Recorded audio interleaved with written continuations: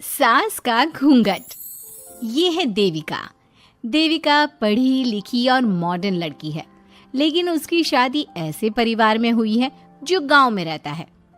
भले ही ये 21वीं सदी है, लेकिन देविका की ससुराल वालों की सोच वो तो 18वीं सदी से आगे बढ़ी ही नहीं। आइए जानते हैं क्या होगा जब शहर की पढ़ी लिखी और मॉडर्न लड़की फंस जाएगी संकीर्ण मानसिकता वाले माहौल में। सागर, ये तुम्हारे गांव में सबने इतने लंबे लंबे घूंघट क्यों कर रखे हैं? और ये सब मुझे इतना घूर घूर कर क्यों देख रहे हैं? अरे यार, तुम भी घूंघट कर लो ना, इसीलिए तो देख रहे हैं सब तुम्हें। कम ऑन सागर, मैं घूंघट नहीं कर सकती। तुम्हें पता है ना मैं कौन हूँ।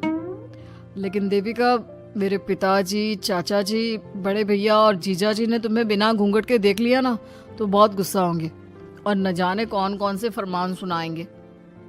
घर चलो, देखा जाएगा जो होगा।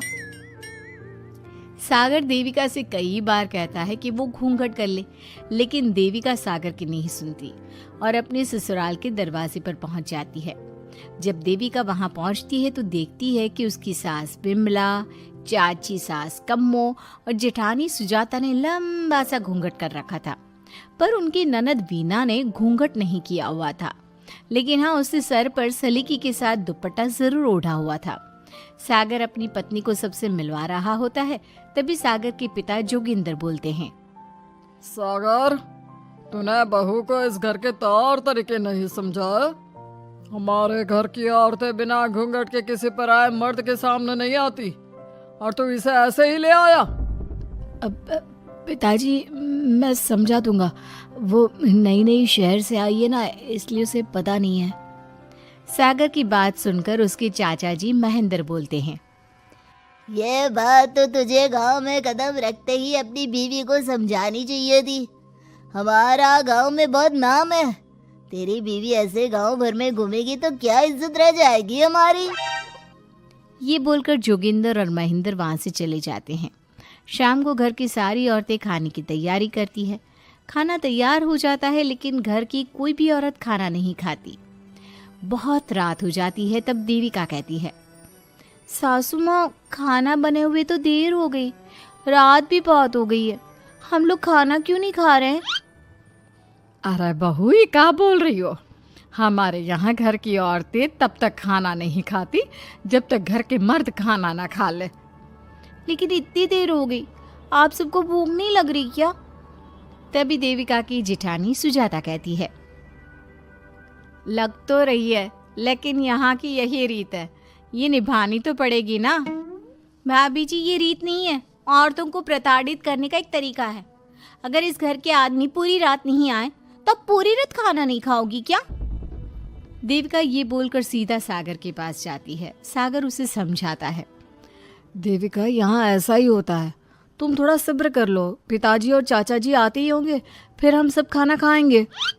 सागर देविका को समझा ही रहा था, तभी देविका की ननद वीना आकर कहती है, सागर, खाना खाने आ जाओ, पिताजी और चाचा जी आ गए हैं। चलो देविका, तुम्हारा इंतजार खत्म हुआ। सागर खाने के लिए बैठ जाता है। जब सब खाना खाने बैठते हैं तो देविका भी बैठ जाती है। सागर धीरे से उसे कहता है, अरे देविका, ये क्या कर रही हो? तुम इस तरह हमारे साथ खाना नहीं खा सकती। मगर क्यों सागर, मुझे भूख लगी है, सब लोग खा रहे हैं तो मैं क्यों नहीं खा सकती?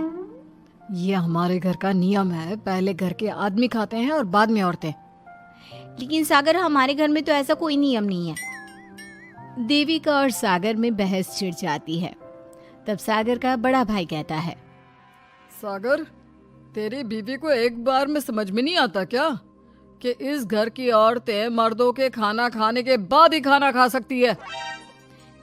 भैया, मैं देविका को यही समझा रहा था।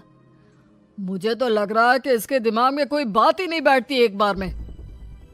भैया, मेरे दिमाग में बात तब बैठेगी ना जब आपकी बात कोई ढंग की होगी।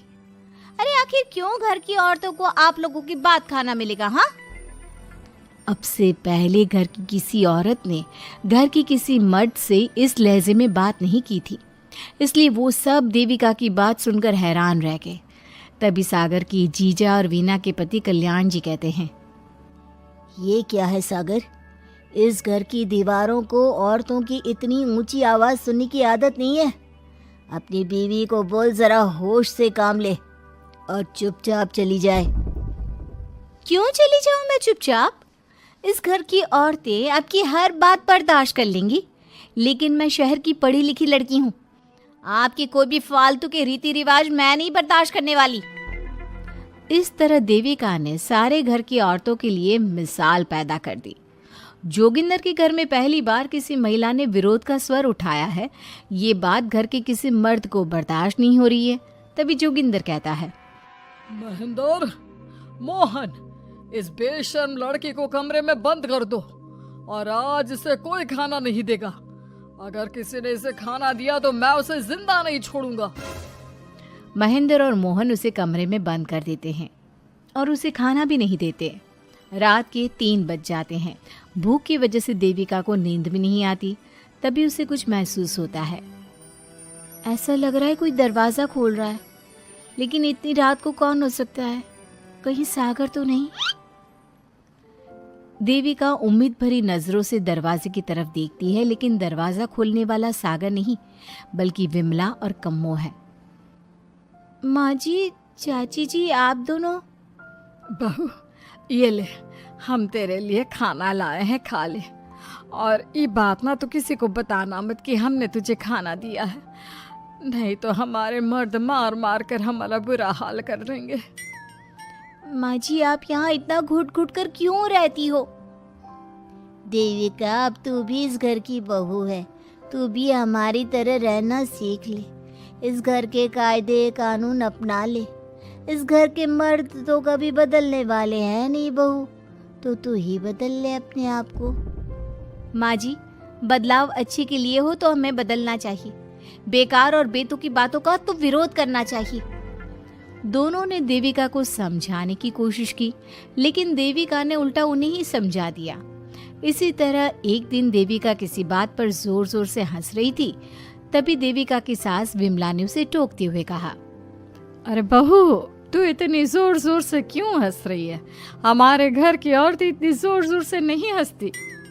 विमला अपनी बहू को समझा रही थी कि तभी महेंद्र बोलता है, अरे कम्मो, कौन है ये औरत जो बेशर्मों की तरह जोर जोर से हंस रही है? तभी कम्मो और देविका बाहर आ जाती हैं। जी जी, वो मैं हंस रही थी चाचा जी। अब आप लोग हंसने पर भी पाबंदी लगाओगे क्या? तुम जैसी बदतमीज लड़कियों से मैं बात नहीं करना चाहता, लेकिन कान खोलकर सुन लो, इस घर की औरतें इतना जोर जोर से नहीं हंसती। और हाँ, तुम्हें पहले ही बता चुके हैं कि इस घर की दीवारों को औरतों की तेज आवाज सुनने की आदत नहीं है। इस घर की दीवारों को आदमियों की ऊंची आवाज सुनने की आदत है, लेकिन औरतों की नहीं। चाचा जी, आपके घर की दीवारें तो बहुत दोगली हैं। हर पाबंदी औरतों के लिए क्यों चाचा जी?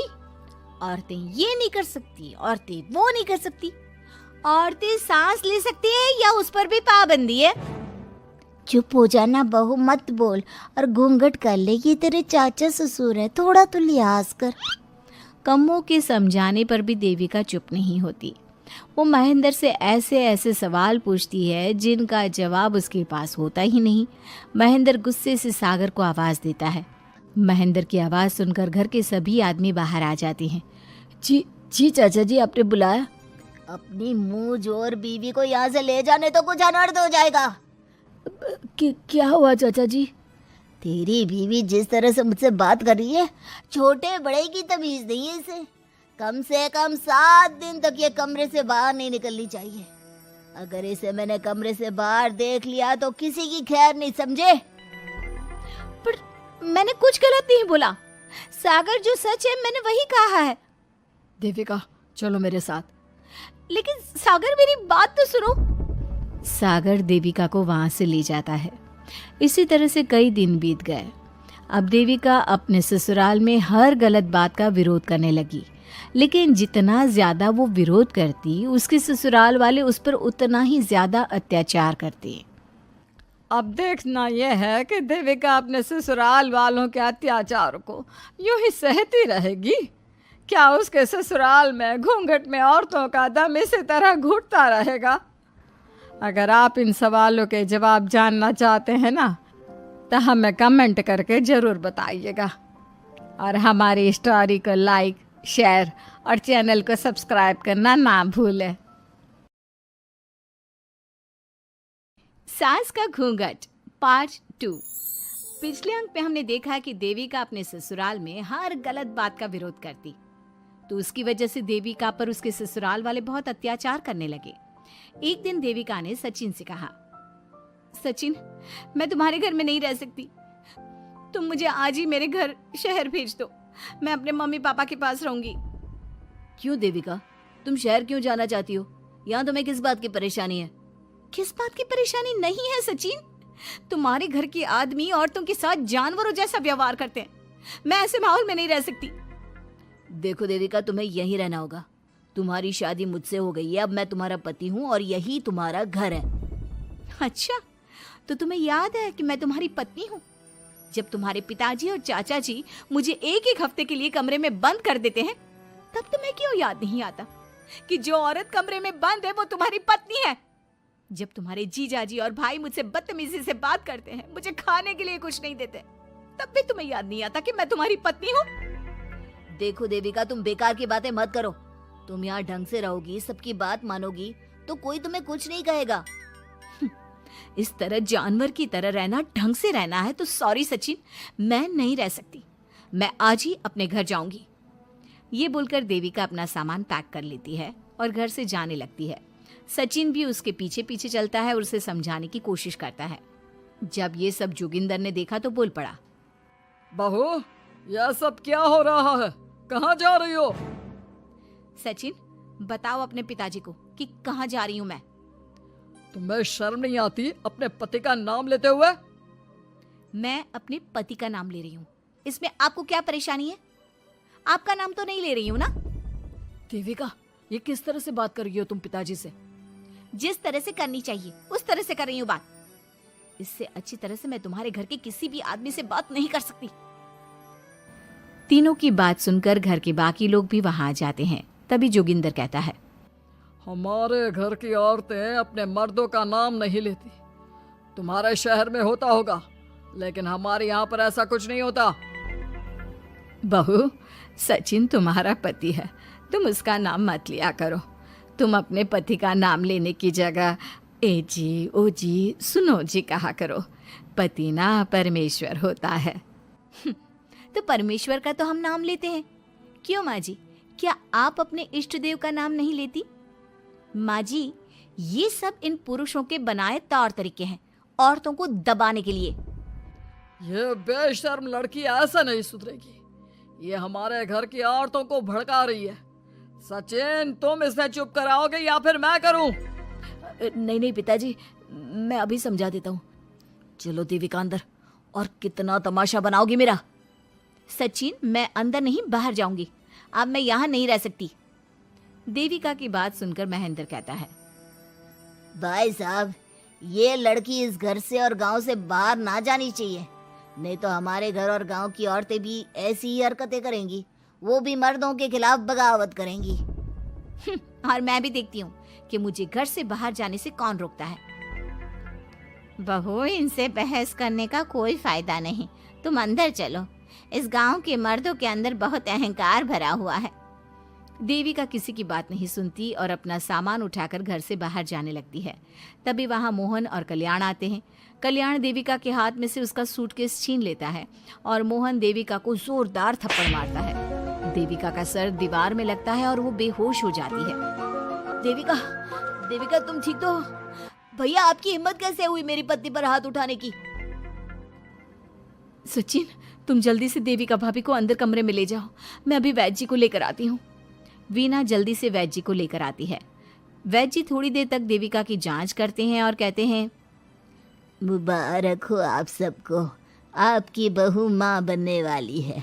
अभी तो मैं आपको दवाई दे देता हूँ, लेकिन आगे इनके इलाज के लिए आपको दाई अम्मा को बुलाना होगा। ये बात सुनकर घर के सभी लोग खुश होते हैं। देविका को जब होश आता है, उसे ये बात पता चलती है तो वो बहुत खुश होती है। वो सबसे कहती है, मैं अपने बच्चे को यहाँ नहीं रख सकती। क्यों बहू, क्या हुआ? अब तुम ये सब बातें मत सोचो, तुम्हें आराम करना चाहिए। नहीं माँ जी, आप नहीं समझ रही। अगर मेरा बेटा हुआ तो इस घर के मर्दों की तरह अहंकारी और औरतों पर जुल्म करने वाला बनेगा, और अगर मेरी बेटी हुई तो वो जानवरों की तरह जुल्म सहने वाली बनेगी, और दोनों ही अनपढ़ रहेंगी। देविका की बात सुनकर घर की सभी औरतों को पहली बार एहसास हुआ कि वो किस अंधकार वाले समाज में जी रही हैं। लेकिन फिर भी घर की सारी औरतें उसे ही समझाती हैं।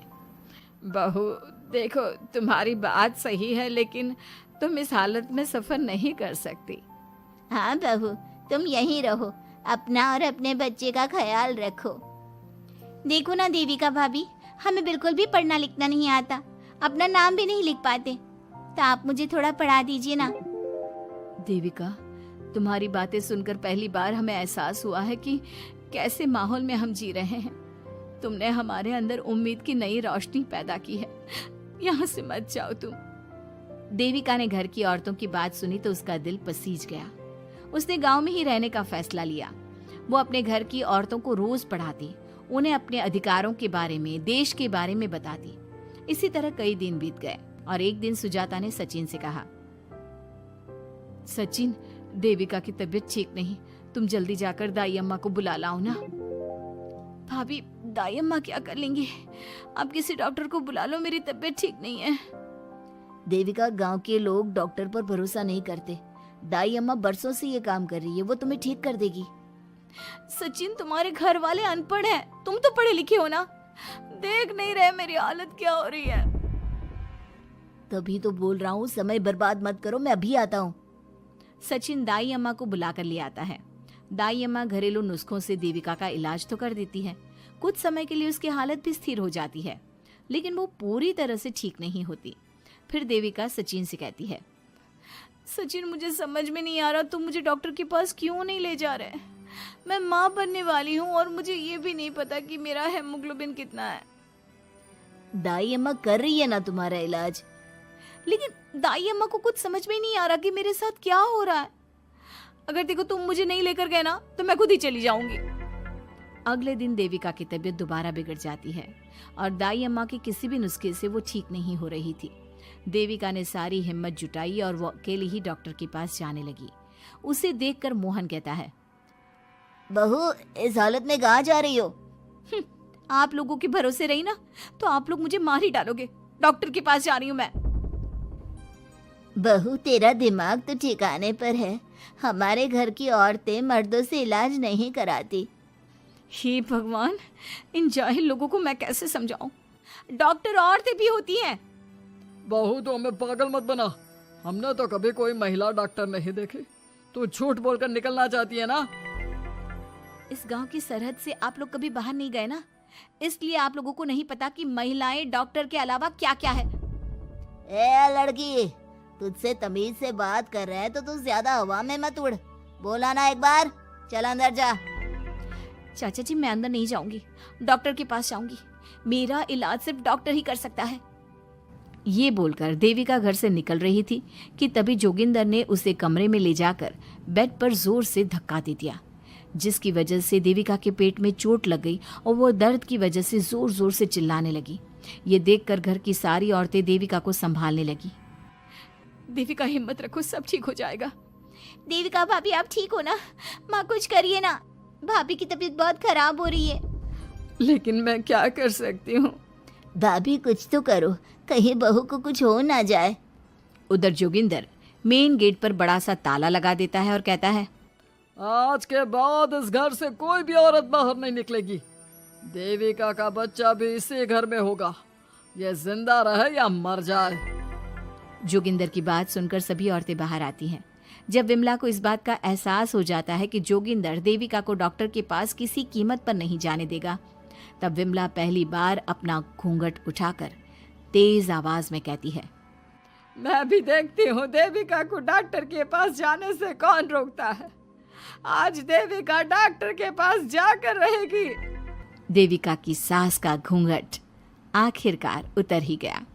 घर के आदमियों ने पहली बार विमला का ये रूप देखा था और उसकी तेज आवाज पहली बार सुनी थी।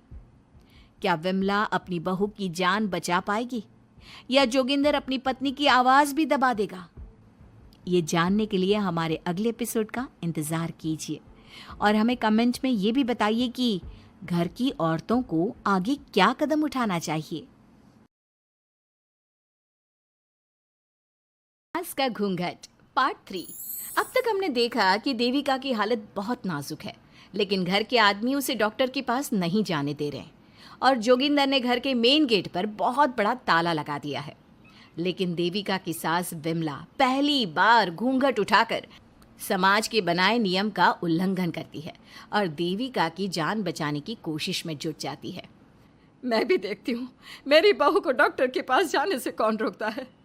देखो सचिन के बापू, दरवाजे की चाबी दे दो मुझे। तुम्हारा दिमाग ठिकाने पर है? पहले सर पर पल्लू रखो और अंदर जाओ। आज तक मैंने आपका हर गलत फैसला सर झुकाकर स्वीकार कर लिया, लेकिन आज मैं आपकी एक बात नहीं सुनूंगी। मुझे मेरी बहू की किसी भी कीमत पर जान बचानी है। मुझे चाबी दे दीजिए। पिताजी, माँ ठीक बोल रही है, चाबी दे दीजिए ना, नहीं तो देविका नहीं बचेगी। देविका मरती है तो मर जाए, लेकिन यह दरवाज़ा नहीं खुलेगा। तुम सारी औरतों को इस देविका नाम की बीमारी ने पागल कर दिया है और इस बीमारी का अच्छी तरह से इलाज करना आता है मुझे। वीना बेटी, सुजाता बहू, जाओ अंदर से देविका को लेकर आओ। विमला ये बोलकर अपने पति के हाथ से चाबी छीन लेती है। तभी महेंद्र विमला का हाथ पकड़कर चाबी विमला से छीन लेता है। भाभी, घर के मर्दों से टक्कर लेकर आप अच्छा नहीं कर रही हो, ये इस घर के संस्कार नहीं है। महेंद्र की बात सुनकर कम्मू अपने पति के हाथ से चाबी छीनकर कहती है, इस घर के संस्कार क्या है हम अच्छी तरह से जान गए हैं। आज इस घर का दरवाज़ा खुलकर रहेगा और देविका डॉक्टर के पास जाकर रहेगी। भाभी, ये लो दरवाज़ा खोलो। विमला ताला खोल देती है। तभी वीना और सुजाता देविका को लेकर आ जाती हैं। घर की सारी औरतें देविका को लेकर घर से जा रही होती है कि तभी सुजाता का पति मोहन उससे कहता है, सुजाता, तुम देविका को लेकर इस घर से निकल तो रही हो, लेकिन याद रखना, अगर तुमने एक कदम भी बाहर निकाला तो वापस इस घर में मत आना। मैं देविका के साथ अस्पताल भी जाऊंगी और वापस इस घर में भी आऊंगी। देखती हूँ कौन रोकता है मुझे। देखता हूँ कैसे इस घर के अंदर कदम रखती हो और कौन तुम्हारी मदद करता है। कानून मेरी मदद करेगा और कारट के दरवाजे हर नागरिक के लिए खुले हैं। मोहन को अपनी पत्नी से इस तरह बात करता देख कल्याण वीना से कहता है, वीना, तुमने देविका का साथ देकर अच्छा नहीं किया। अगर तुम अभी भी इसके साथ गई तो अपना और मेरा रिश्ता खत्म समझना। मुझे कोई फ़र्क नहीं पड़ता तुमने आज तक किया ही क्या है मेरे लिए। तुम खुद घर जमाई बनकर मेरे घर में रह रहे हो। कभी 100 रुपये की साड़ी दिलाई है मुझे? मेरे आने से पहले मेरा घर छोड़कर निकल जाना, समझे?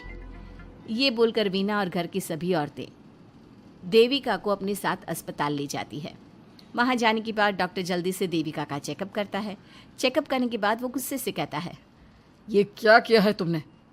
क्या हुआ डॉक्टर साहब? आपकी बहू की इतनी ज़्यादा हालत ख़राब है और उन्हें चोट भी लगी है, फिर भी आपने उन्हें हॉस्पिटल लाने में इतना लेट कर दिया। आपको 3 दिन पहले ही इन्हें हॉस्पिटल में एडमिट करवाना चाहिए था। हमसे गलती हो गई डॉक्टर साहब, लेकिन आप जल्दी कुछ करिए, हमारी बहू और उसके बच्चे को बचा लीजिए। देखिए, अभी कुछ भी कह पाना मुश्किल है। हम माँ और बच्चे में से किसी एक को ही बचा सकते हैं। आप सोच लो किसे बचाना है। डॉक्टर साहब, आप देविका को बचाइए, उससे कुछ नहीं होना चाहिए। देखिए, हमें देविका का ऑपरेशन करना पड़ेगा। आप इनके पति को बुलाइए, हमें कुछ पेपर पर साइन करवाने हैं। डॉक्टर की बात सुनकर सभी औरतें सोच में पड़ जाती हैं। तभी वीना कहती है, डॉक्टर साहब, इनके पति नहीं आ सकते, ये इनकी सास है विमला देवी, आप इनसे साइन करवा लीजिए। लेकिन पेशेंट की हालत इतनी नाजुक है, इनके पति है कहाँ?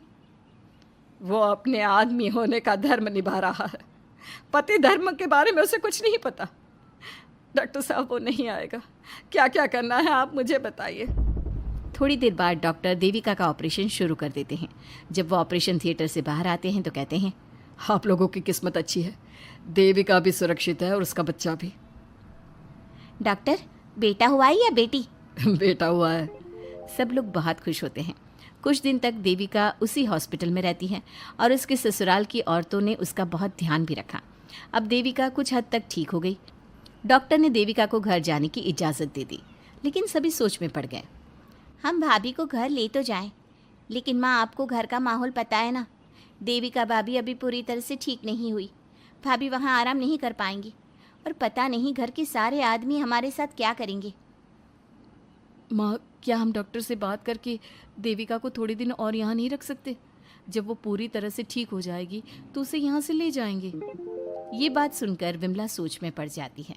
तभी कम्मो कहती है, तुम दोनों ठीक कह रही हो, मैं अभी डॉक्टर से बात कर लेती हूँ। कम्मो डॉक्टर से बात कर लेती है और देविका कुछ दिन में बिल्कुल ठीक हो जाती है। देविका अपने बच्चे को गोद में लिए बाकी औरतों के साथ अपने ससुराल जाती है, लेकिन घर के सभी आदमी उन्हें दरवाजे पर ही रोक देते हैं। खबरदार, तुम में से कोई भी औरत अगर घर के भीतर घुसी, अगर तुम घर में कदम रखोगी तो घर अपवित्र हो जाएगा। घर हमारे कदम रखने से अपवित्र नहीं होगा, बल्कि आपकी गंदी सोच की वजह से घर क्या, अरे पूरा समाज अपवित्र हो रहा है। सुजाता, मैंने मना किया था ना घर से बाहर जाने के लिए। अब एक काम कर, जैसे ही यहाँ आई है वैसे ही यहाँ से सीधा अपने मायके लौट जा। क्यों जी, क्यों चली जाऊँ मैं अपने मायके? मैं जब तक चाहूँ यहाँ रह सकती हूँ। अगर आपने मुझे इस घर में आने से रोका तो मैं आपकी पुलिस में शिकायत कर दूँगी। वीना, इन सब की तरह तुम्हारा भी दिमाग खराब हो गया है। अब मैं तुम्हें बिल्कुल बर्दाश्त नहीं करूँगा।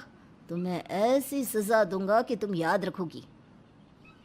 सजा बाद में देना, पहले मेरे घर से बाहर निकलो।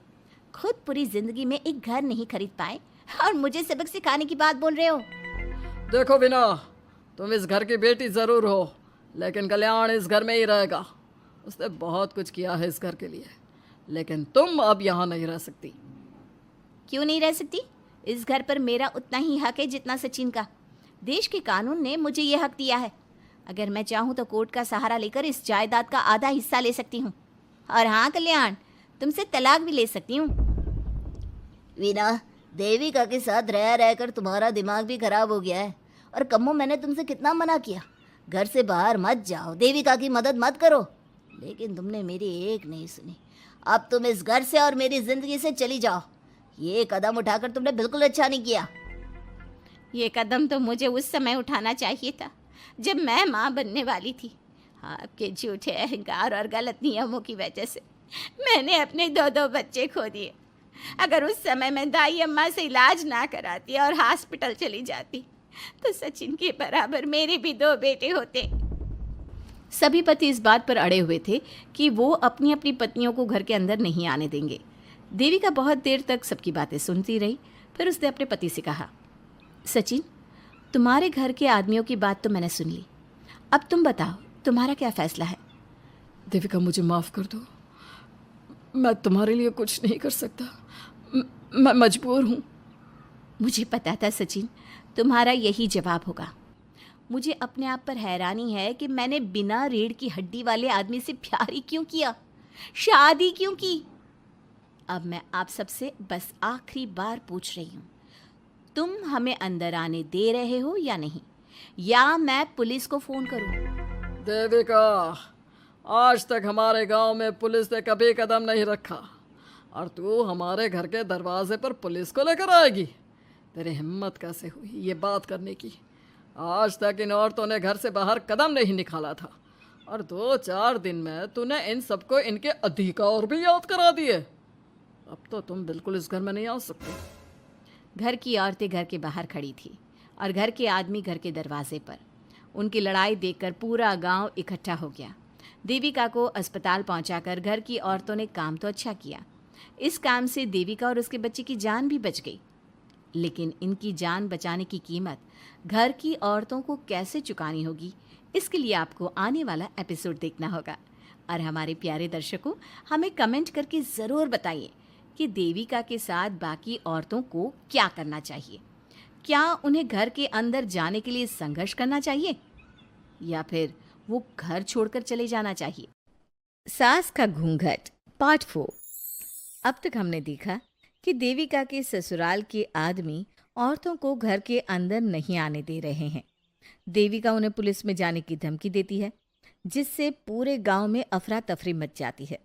तभी गांव का एक आदमी सरपंच को बुलाकर ले आता है। सरपंच उनके घर के बाहर का नज़ारा देखकर कहते हैं, जोगिंदर जी, ये आपके घर की औरतों ने कैसा हंगामा मचा रखा है। आपका घर तो संस्कारों की मिसाल था, लेकिन ये मैं क्या देख रहा हूँ, आपके घर की किसी औरत ने घूंघट नहीं कर रखा। सरपंच जी, हमारे घर की औरतों को इस देविका ने बहकाया है। हमने पहले ही इन सबको चेतावनी दी थी कि अगर ये घर से बाहर गई तो हम इन्हें घर में नहीं आने देंगे। अब ये देविका हमें धमकी दे रही है कि पुलिस को बुलाएगी। क्या पुलिस? इस गांव का बरसों पुराना इतिहास रहा है। इस गांव में कभी पुलिस नहीं आई। गांव के सभी फैसले हमने मिलजुल कर किए हैं। जोगिंदर, तुम्हारे घर का फैसला पंचायत करेगी। सरपंच जी, आपने ठीक कहा। पंचायत दोनों तरफ की बातें सुने और जो भी फैसला पंचायत करेगी वो हमें मंजूर होगा। तो ठीक है, आज दोपहर को सभी गांव की चौपाल पर इकट्ठा होंगे और वहीं तुम्हारे घर का फैसला होगा। सरपंच वहां से चला जाता है। घर के आदमी घर के अंदर जाकर दरवाज़ा बंद कर लेते हैं और घर की औरतें वहीं घर के बाहर पेड़ के नीचे बैठ जाती हैं। तभी विमला कहती है, देविका बहू, तुम्हें भूख लगी होगी ना? नहीं माँ जी, मुझे भूख नहीं लगी, मैं ठीक हूँ। बहू, तेरा बच्चा छोटा है अभी, तुझे भूखा नहीं रहना चाहिए। वीना, सुजाता, जाओ पास में जो पंडित जी का बाग है ना, वहाँ से कुछ फल तोड़ लाओ। वीना और सुजाता पास के बगीचे से खूब सारे फल तोड़ कर ले आती हैं। सभी औरतें फल खाती हैं। तभी देविका कहती है, आप सब घर से बाहर निकली, घूंघट उतार दिया तो इन मर्दों की इज्जत चली गई, लेकिन हम सब घर के बाहर भूखे प्यासे बैठे हैं। इस बात पर इन अहंकारी मर्दों को शर्म क्यों नहीं आ रही? हाँ देविका, तुम ठीक कह रही हो। अगर हम मर भी जाए ना, तब भी इन मर्दों के लिए इनके बनाए गए नियम कानून ही अहम रहेंगे, हम नहीं। सुजाता भाभी, मुझे तो सबसे ज़्यादा सचिन पर गुस्सा आ रहा है। उसने मुझसे लव मैरिज की थी, क्या क्या वादे किए थे कि मेरा साथ कभी नहीं छोड़ेगा, और आज उसने मेरा साथ छोड़ दिया। अपने बच्चे को एक बार भी नहीं देखा उसने। देविका, वो शुरू से ही ना डरपोक रहा है, लेकिन इन सारी बातों को छोड़ो। मुझे तो इस बात की चिंता हो रही है कि पंचायत में न जाने क्या फैसला होगा। पता नहीं वो इंसाफ करेंगे भी या नहीं। वीना दीदी, आपको अभी भी पंचायत से इंसाफ मिलने की उम्मीद है? अगर इस गांव की पंचायत में सच में इंसाफ करने की भावना होती तो सरपंच जी अभी हमें घर के अंदर जाने देते। देखा नहीं कितना जहर उगल कर गए हैं हमारे खिलाफ। तो बहू, अब हम क्या करेंगे? पंचायत तो हमारे खिलाफ ही फैसला सुनाएगी। पहले तो हम अपनी सारी बातें रखेंगे। अगर ये लोग नहीं माने तो आपको वही करना होगा जो मैं कहूँगी। लेकिन एक बात आप याद रखना, किसी भी सूरत में हम झुकेंगे नहीं, क्योंकि हम सही हैं। देविका सभी औरतों को समझा रही थी। तभी वहाँ एक गांव वाला आता है। आप सभी को पंचायत में बुलाया है। उस गांव वाले की बात सुनकर सभी औरतें पंचायत में पहुंचती हैं। वो देखती हैं कि उस पंचायत में सारा गांव इकट्ठा हो गया है। बहुत सारी औरतें लंबे लंबे घूंघट करके वहां आई हुई हैं। तभी पंचायत की कार्यवाही शुरू की गई और घर के आदमियों से पूछा गया कि वो घर की औरतों को घर में क्यों नहीं रखना चाहते। हमारे घर की औरतें ना तो घूंघट उतारती है और ना ही किसी डॉक्टर से इलाज करवाती है, और हमारे मना करने के बाद भी इन सब ने घर से बाहर कदम रखा, हमसे ऊंची आवाज़ में बात की। हमने इन सबको चेतावनी भी दी, लेकिन इन्होंने हमारी बात नहीं सुनी। अब ये सभी औरतें हमारे घर में नहीं रह सकती। अब औरतें अपना पक्ष रखें। ये कानून की किस किताब में लिखा है कि औरतों को घूंघट करना चाहिए? और अगर मेरे ससुराल की औरतें मुझे डॉक्टर के पास ना लेकर जाती तो ना मेरा बच्चा जिंदा बचता और ना ही मैं। लेकिन दाई अम्मा से हम इलाज करवा रहे थे ना। दाई अम्मा को कुछ समझ में नहीं आ रहा था। देविका का इलाज दाई अम्मा के बस की बात नहीं थी। काफ़ी देर तक दोनों पक्षों में बहस चलती रही। दोनों एक दूसरे पर आरोप प्रत्यारोप लगाते रहे, लेकिन दोनों पक्षों की बात सुनने के बाद पंचायत ने जो फैसला लिया उसके लिए तो देविका पहले से ही तैयार थी। दोनों पक्षों की बात सुनने के बाद पंचायत ने यह फैसला किया है कि सारी गलती महिलाओं की है। अगर वो अपने अपने पतियों से माफ़ी मांग लेती है और वादा करती है कि भविष्य में कभी ऐसी गलती नहीं दोहराएंगी, तो वो घर के अंदर प्रवेश कर सकती हैं। हमें पंचायत का फैसला मंजूर नहीं है। हमने कोई गलती नहीं की जो हम माफी मांगे। और किस बात का वादा करें हम? हमने देविका की जान बचाई है, तो आप हमसे भविष्य में किसी की जान न बचाने का वादा ले रहे हैं क्या? अगर तुम्हें पंचायत का फैसला मंजूर नहीं है तो तुम सबको घर में नहीं पुरानी हवेली में रहना होगा, जो अब खंडहर बन चुकी है। यह खंडहर तुम्हारे घर के सामने ही है। सरपंच जी, आपका फैसला सही नहीं है। एक बार और सोच लीजिए इस फैसले के बारे में। ओ शहर की छोरी, 4 किताबें क्या पढ़ ली, हमें सही गलत का पाठ पढ़ाएगी? तुझे पता नहीं कि पंचायत का फैसला यहाँ सदियों से चलता आया है और लोग उसी को मानते आए हैं। अच्छी तरह जानती हूँ सरपंच जी। अगर मैं चाहूँ तो आपके इस फैसले को कोर्ट की चौखट तक ले जा सकती हूँ। पुलिस को बुलाकर अभी घर के अंदर जा सकती हूँ। पंचायत और घर के आदमियों की शिकायत पुलिस में कर सकती हूँ और अपने बच्चे को उसका हक दिलवा सकती हूँ। लेकिन नहीं, मैं ऐसा नहीं करूँगी। मैं उसी खंडहर में रहूँगी और इस गांव के आदमियों को दिखा दूंगी कि औरत खंडहर को भी महल बना सकती है, और वो भी बिना किसी आदमी की मदद के। सारे गांव की औरतें देविका की बातें सुनकर हैरान हो जाती है। उनका जीवन घूंघट और घर के 4 दीवारी के बीच में ही था। कोई औरत अपने हक के लिए पंचायत से भी टकरा सकती है, ये बात उन्होंने पहली बार सुनी थी। अब देविका घर की औरतों के साथ खंडहर में चली जाती है। माँ जी, ये खंडहर तो काफी पुराना है। भाभी, खंडहर पुराने ही होते हैं। मुझे तो डरावना भी लग रहा है। मैं डर की वजह से कभी इस खंडहर के आसपास भी नहीं आई, लेकिन मुझे क्या पता था कि एक दिन इसी में रहना पड़ेगा। ये तो टूटा फूटा भी पड़ा है। माँ जी, एक काम करते हैं, ये खंडहर तो काफी बड़ा है, इसलिए एक हिस्से की साफ सफाई करके उसे ही रहने लायक बना देते हैं। बाद में धीरे धीरे पूरा खंडहर ठीक कर लेंगे। हाँ बहू, तुम ठीक कह रही हो। विमला भाभी और मैं इस खंडहर के टूटे हुए हिस्सों पर मिट्टी और ईंटें लगा देते हैं। सुजाता और विना, तुम साफ सफाई कर लो। सभी औरतें मिलकर खंडहर के एक हिस्से को सुधारना शुरू कर देती है और काफ़ी देर तक मेहनत करने के बाद वो उस हिस्से को काफ़ी हद तक अच्छा कर लेती हैं। और इसी तरह रात हो जाती है। सभी औरतें बैठकर बात करती है। माँ, हमने इस खंडहर को घर तो बना दिया है, लेकिन ये घर चलेगा कैसे? हाँ माँ जी, मैं भी यही सोच रही हूँ। और हम सब तो बड़े हैं, गर्मी सर्दी भूख कुछ भी आसानी से बर्दाश्त कर सकते हैं, लेकिन देविका का बेटा बहुत छोटा है, उसे तो हमें अच्छी तरह से पालना होगा ना। मैं भी यही सोच रही हूँ कि आगे हमें क्या करना चाहिए।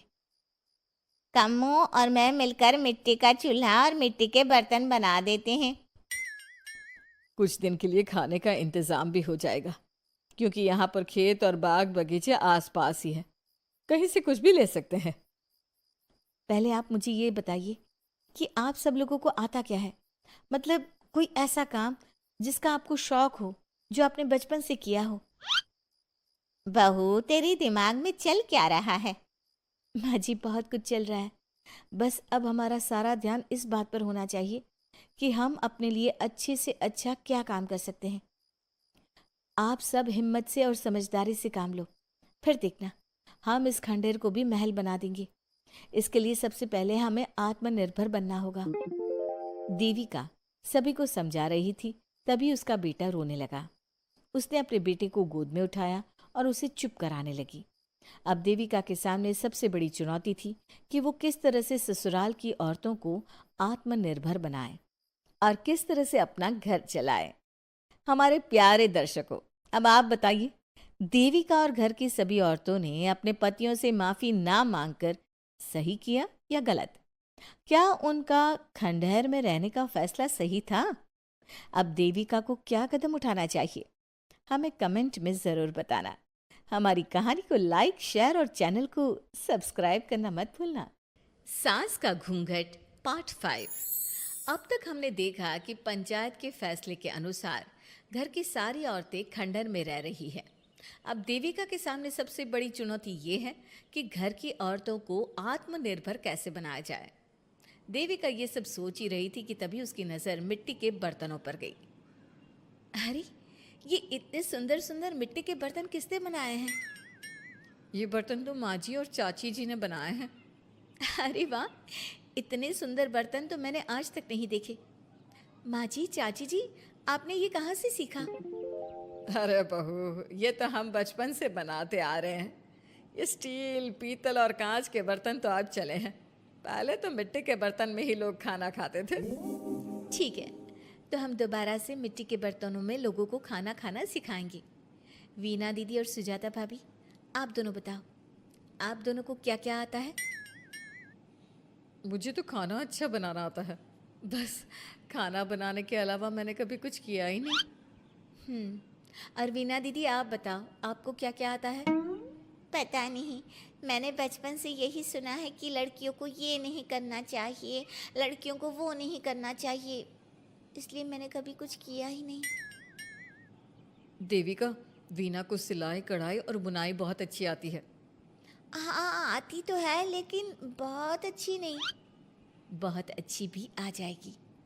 अब देविका और बाकी सभी औरतें गांव में सबके घर जाती हैं और गांव की सभी औरतों से मिलकर कहती हैं, भाभी जी, अगर आपको अपने या अपने घर वालों के लिए कपड़े सिलवाने हो तो आप मुझसे ही सिलवाना।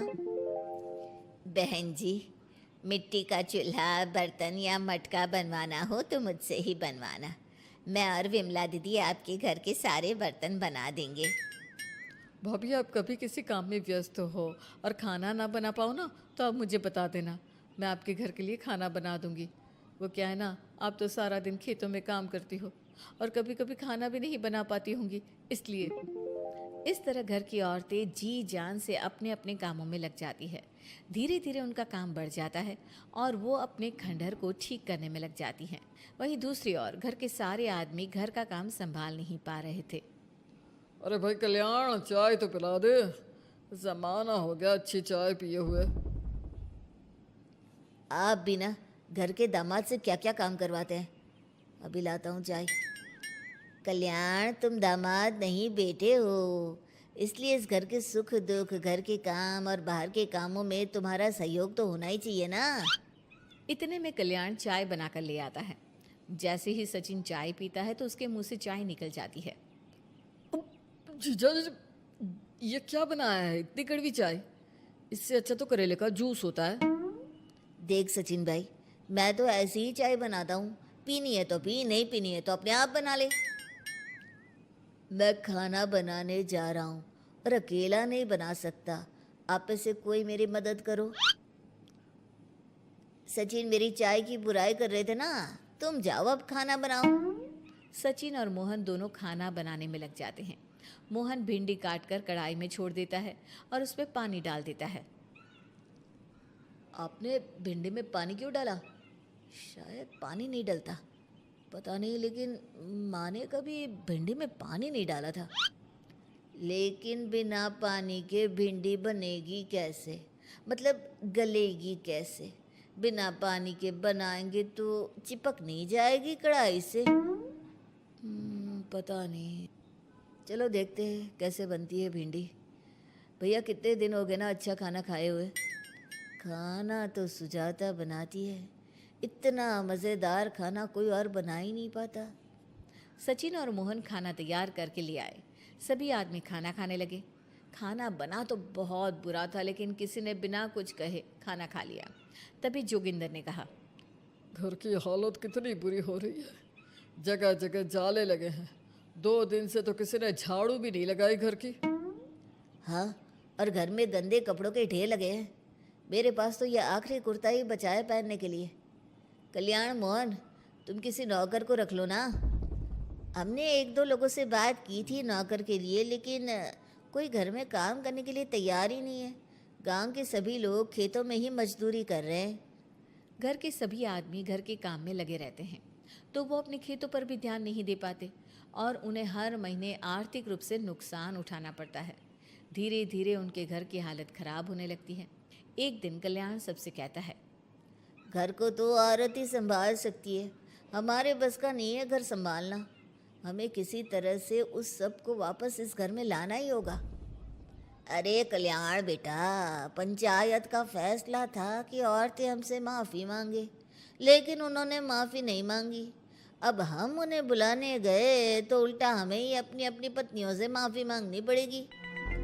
हमें कोई ऐसा रास्ता निकालना होगा कि वो मजबूर हो जाए हमारे पास आने के लिए।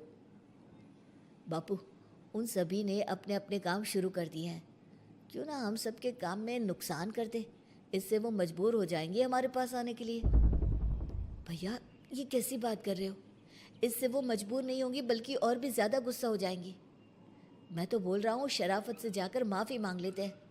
मुझे यकीन है कोई माफ़ करे ना करे, माँ तो ज़रूर हमें माफ़ कर देंगी। नहीं सचिन, अगर हमने माफ़ी मांगी तो ये सारी औरतें हमारे सर पर चढ़कर नाचेंगी।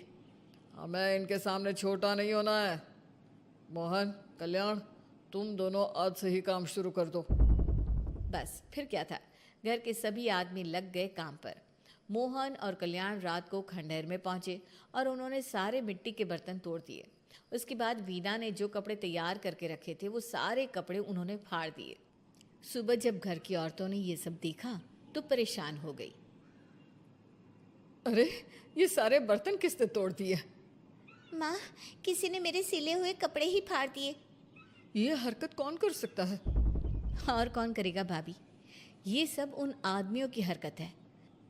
जब किसी तरह से हमें झुका नहीं पाए तो हमारे काम बिगाड़कर हमें परेशान कर रहे हैं। सभी औरतें दुगनी तेजी से काम में लग गई। उन्होंने दिन रात मेहनत की और उस खंडहर को महल की तरह बना दिया। उनके काम की तारीफ सुनकर दूर दूर के गांव से लोग आने लगे और उनसे अपना काम करवाने लगे। एक दिन सभी औरतें बैठकर खाना खा रही थी, तभी विमला ने देविका से कहा, देविका, हम कभी सोच भी नहीं सकते थे कि हम अपनी मेहनत से अपने लिए इतना बड़ा और इतना अच्छा घर बना लेंगे। देविका बहू, आज हमें इस बात का एहसास हो रहा है कि हम तो सिर्फ सांस ले रहे थे, जीना तो हमें तुमने सिखाया है। मुझे तो अब भी यकीन नहीं हो रहा कि मेरे पति की पहचान के अलावा भी मेरी कोई पहचान है। गांव के सब लोग मुझे सिर्फ मोहन की पत्नी के रूप में जानते थे, लेकिन अब सारा गांव मुझे जानता है। देविका, मैं कुछ ही दिन में इस गांव में एक अच्छा सा होटल खोल लूँगी और मैं एक बुटीक खोलूँगी। मैं यहाँ गांव की लड़कियों के लिए एक स्कूल खोलना चाहती हूँ, यही मेरा सपना है।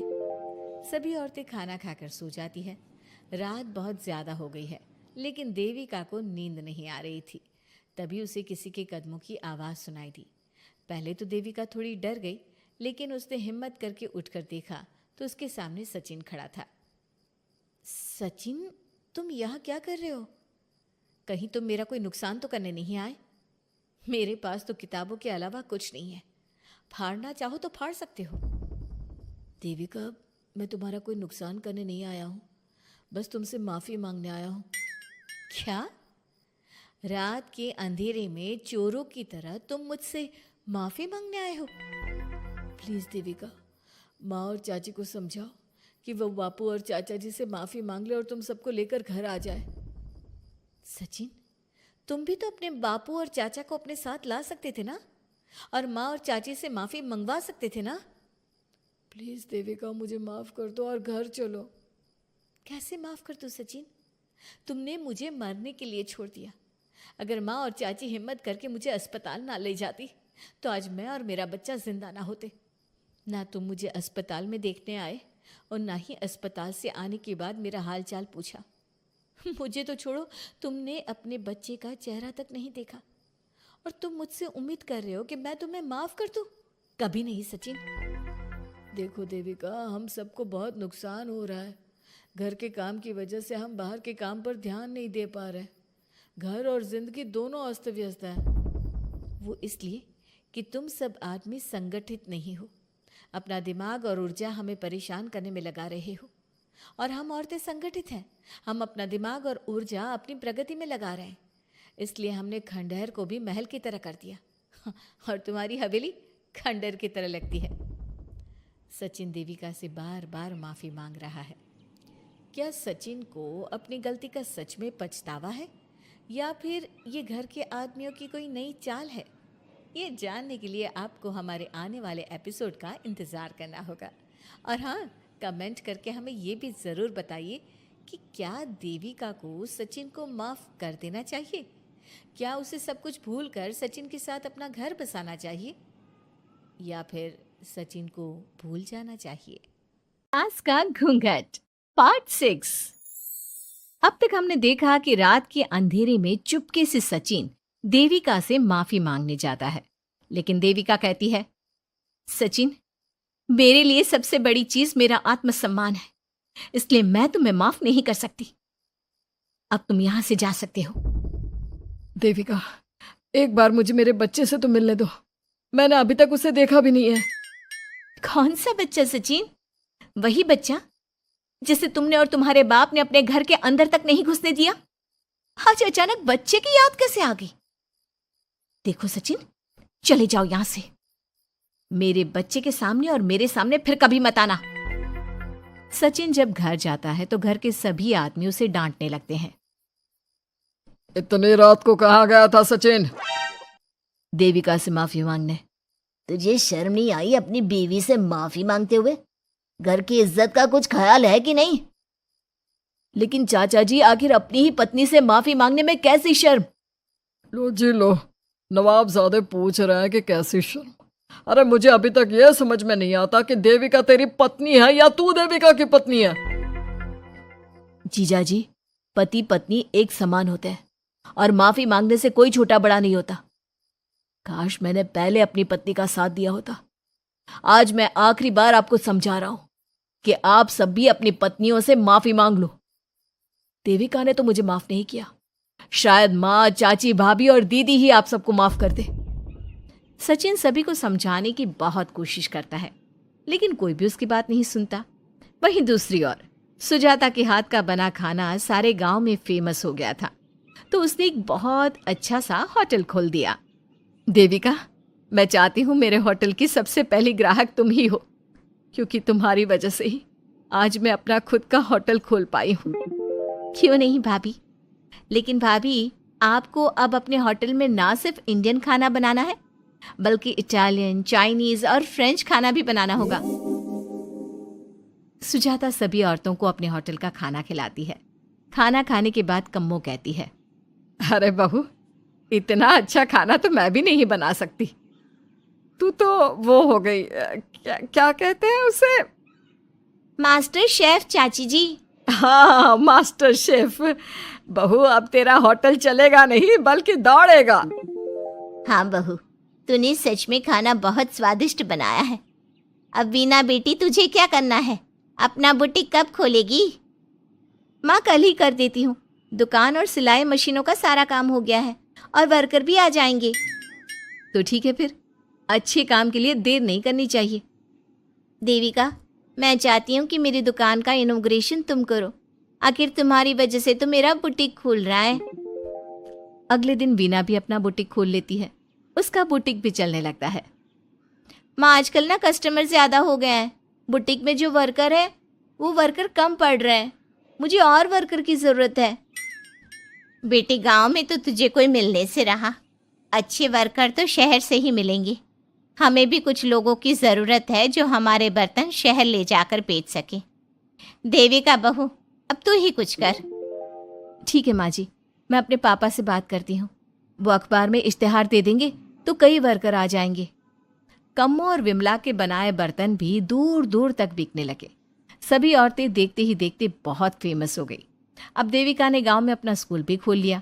सभी गांव की लड़कियां स्कूल जाने लगी।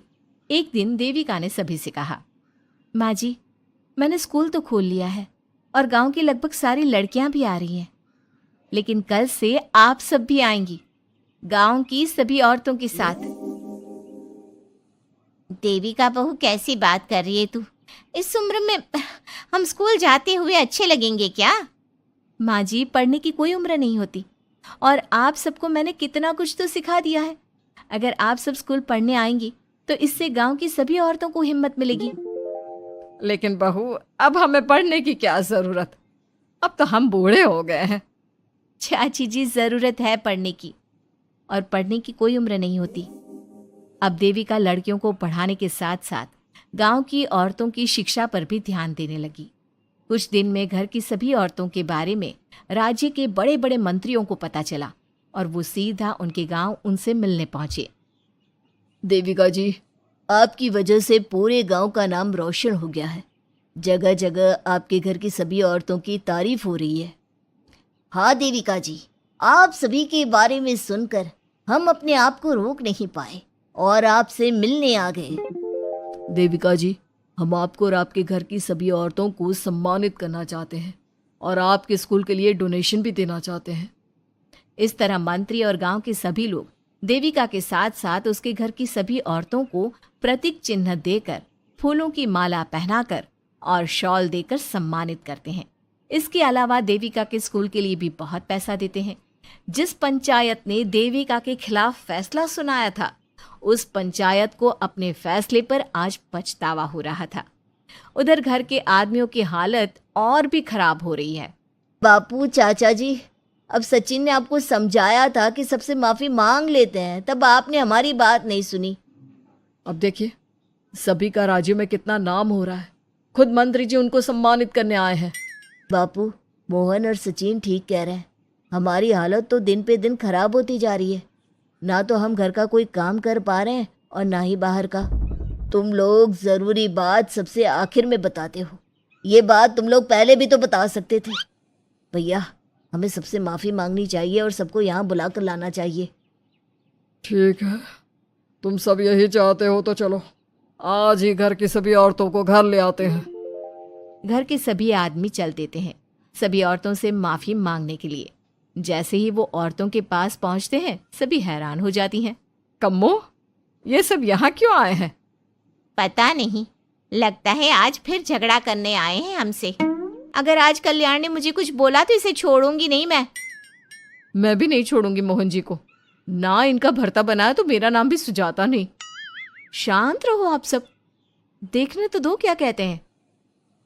सभी आदमी अपनी अपनी पत्नियों से माफी मांगते हुए कहते हैं, कम्मो, मुझे माफ़ कर दो, मैं तुम्हें घर ले जाने आया हूँ। तुम्हारे बिना घर बहुत सुना लगता है विमला, घर चलो। सुजाता, मैंने जो भी तुम्हारे साथ किया उसके लिए मैं बहुत शर्मिंदा हूँ। मुझे तुम्हारी और तुम्हारे हाथ के बने खाने की बहुत याद आती है। तुम मेरे साथ घर चलोगी ना? वीना, वो घर मेरा नहीं तुम्हारा है और मैं नहीं चाहता कि तुम मेरी वजह से अपना घर छोड़ दो। इसलिए अपने घर चलो और हम सबको माफ़ कर दो। अपने पतियों की इस तरह माफी मांगने से सभी औरतें अपने पतियों को माफ करके उनके साथ जाने को तैयार हो जाती हैं। लेकिन देविका घर आने से मना कर देती है। सभी औरतें उसे समझाती है। देविका बहू, अब घर जाने में क्या दिक्कत है? मांग तो ली सबने माफी। देख तो सचिन भी कितना शर्मिंदा है। हाँ बहू, हमारी लड़ाई तो यही थी कि ये हमसे माफी मांगकर इज्जत के साथ घर ले जाए। अब घर चलने से तेरी शादी बच सकती है।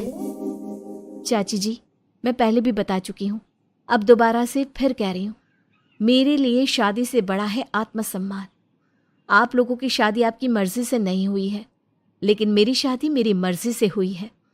इसलिए शायद आप लोगों को फ़र्क नहीं पड़ता कि आपके पति ने आपके साथ क्या किया, पर मुझे इस बात से बहुत फ़र्क पड़ता है कि मेरे पति ने मुझे अपने बराबर नहीं समझा और इसलिए मैं उसे माफ़ नहीं कर सकती। देविका, मैं अपने बर्ताव के लिए बहुत शर्मिंदा हूँ। तो जिंदगी भर शर्मिंदा रहना। और हाँ, आप सब इनके साथ जाना चाहती हैं तो जाइए, लेकिन मेरी एक बात हमेशा याद रखिएगा, शादी सिर्फ एक रस्म होती है। इस रस्म में पति और पत्नी बराबर के हिस्सेदार होते हैं, ना कोई छोटा होता है और ना कोई बड़ा। इसलिए यदि आपका पति आपको सम्मान दे तो बदले में उसे सम्मान दो, नहीं तो वो जैसा करे आप भी वैसा ही करो। देविका सचिन के साथ नहीं जाती है और अपने बेटे के साथ वहीं रहने का फैसला करती है। अब वो न सिर्फ अपने गांव बल्कि हर जगह जाकर महिला शिक्षा और उनके अधिकारों का प्रचार करती है। हमारे प्यारे दर्शकों, हमें कमेंट करके जरूर बताएं कि देविका का ये फैसला आपको कैसा लगा और हमारी कहानी सास का घूंघट आपको कैसी लगी। इसी तरह की मजेदार कहानी सुनने के लिए हमारे चैनल को सब्सक्राइब जरूर करें।